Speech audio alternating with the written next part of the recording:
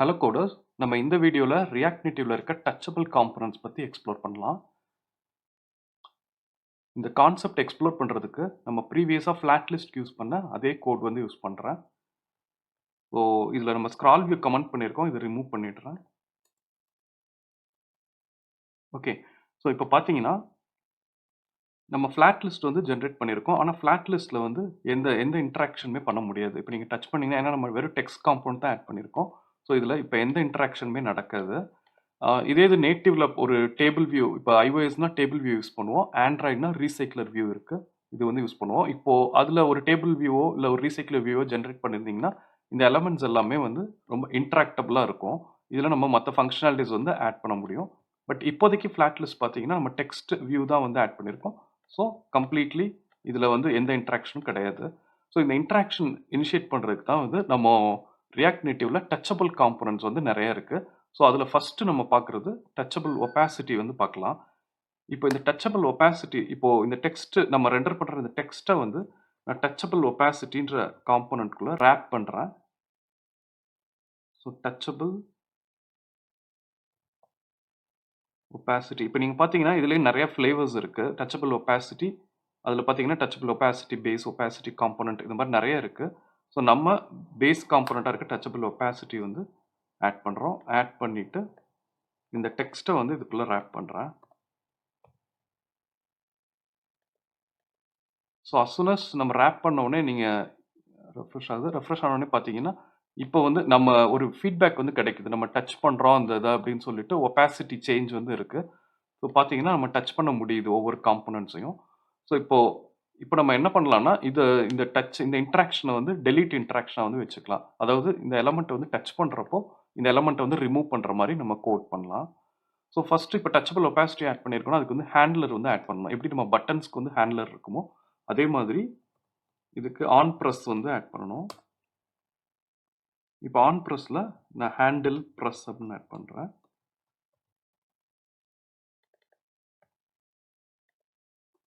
So இப்போ ஒரு handler define பண்ணணும்.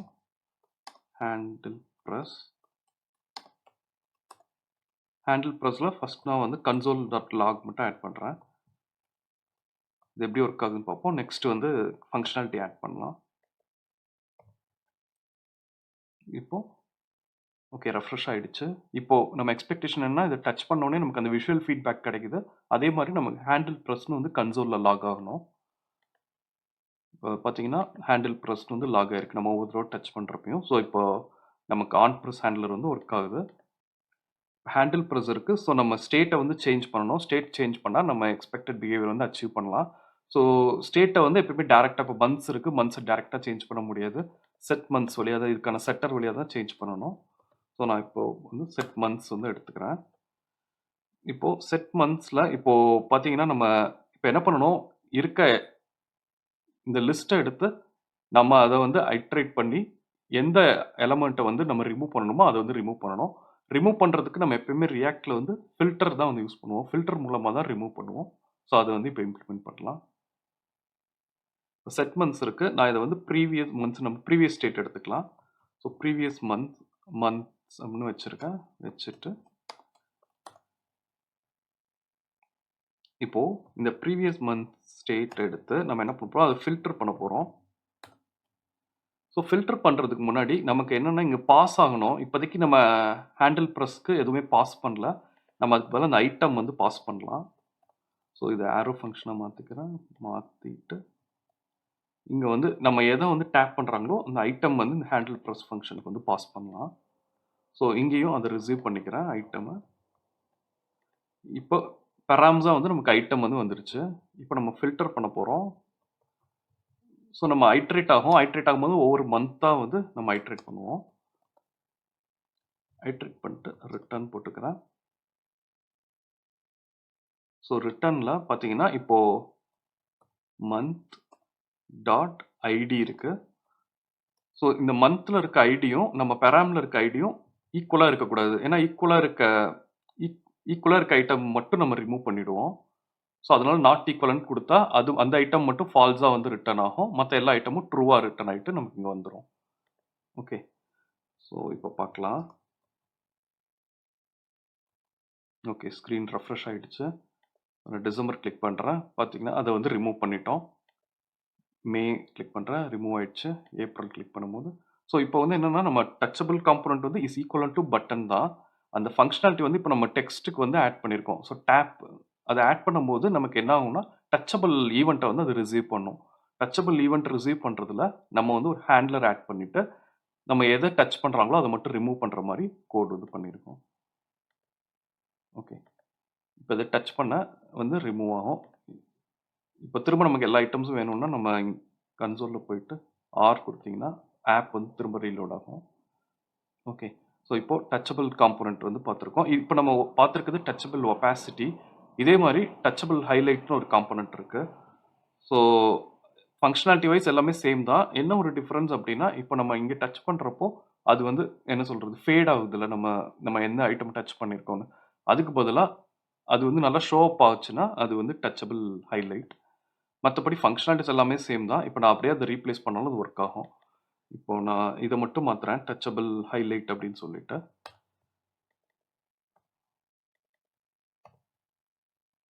இப்போ பார்த்தீங்கன்னா சேம் இதுதான், மற்ற கோட் வைஸ் எல்லாமே சேம் தான். இதுலேயும் நம்ம ஆன் ப்ரெஸ் ஈவெண்ட் இருக்கு. ஆன் ப்ரெஸ் ஈவெண்ட் வச்சு நமக்கு தேவையான ஆக்ஷன் வந்து பண்ணிக்கலாம்.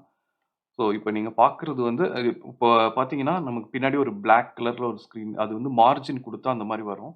ஸோ இங்கே நம்ம மார்ஜின் ஆட் பண்ணியிருக்கனால அது பிளாக் கலரில் பின்னாடி வருது.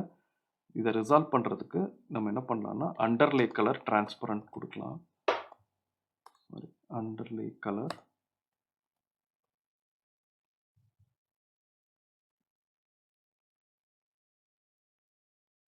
underlay color is equal to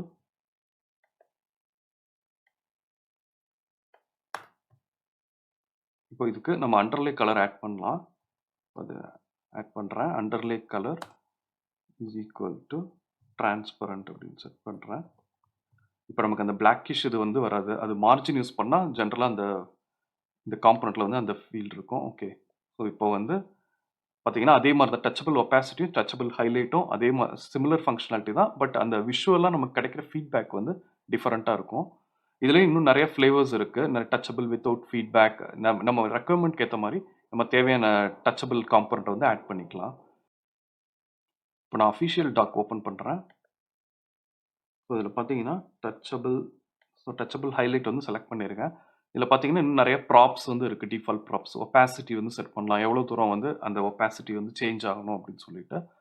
அது மாதிரி அண்டர்லே கலர், இப்போ அண்டர்லே கலர் வந்து செட் பண்ணோம். அது மாதிரி இன்னும் வந்து சில ப்ராப்ஸ்லாம் இருக்குது. இந்த ப்ராப்ஸ்லாம் எக்ஸ்ப்ளோர் பண்ணோம்னா நம்ம இன்னும் ஃபியூச்சரில் மற்ற ப்ராஜெக்ட்ஸ் வந்து பண்ணுறப்போ இந்த ப்ராப்ஸ்லாம் வந்து யூஸ் பண்ணுவோம். ஸோ அதே மாதிரி டச்சபிள் ஒபாசிட்டிலையும் பார்த்தீங்கன்னா நம்ம இன்னும் வந்து ஸ்டைல்ஸ் வந்து செட் பண்ணலாம். Props almost similar to touchable highlight. So இதிலே தான் மற்ற இது பார்த்தீங்கன்னா டச்சபிள் வித்தவுட் ஃபீட்பேக் இருக்குது. ஸோ இது எல்லாமே வந்து ஃபங்க்ஷனாலிட்டி எல்லாமே சேம் தான். விஷுவல் ஃபீட்பேக் மட்டும் ஒவ்வொரு டச்சபிள் காம்போனண்ட்லேயும் டிஃப்ரெண்ட்டாக இருக்கும். இதில் உங்களுக்கு ஏதாவது டவுட்ஸ் இருந்தால் கமெண்ட் செக்ஷனில் ஆட் பண்ணுங்கள், நான் கிளியர் பண்ணுறேன். நம்ம ஃபியூச்சராக பண்ணுற ப்ராஜெக்ட்ஸில் இதை ரொம்ப ஃப்ரீக்வெண்ட்டாக இந்த காம்போனன்ட்ஸ்லாம் யூஸ் பண்ணுவோம். அப்போ வந்து உங்களுக்கு இன்னும் வந்து நல்ல ஐடியா கிடைக்கும். தேங்க்யூ.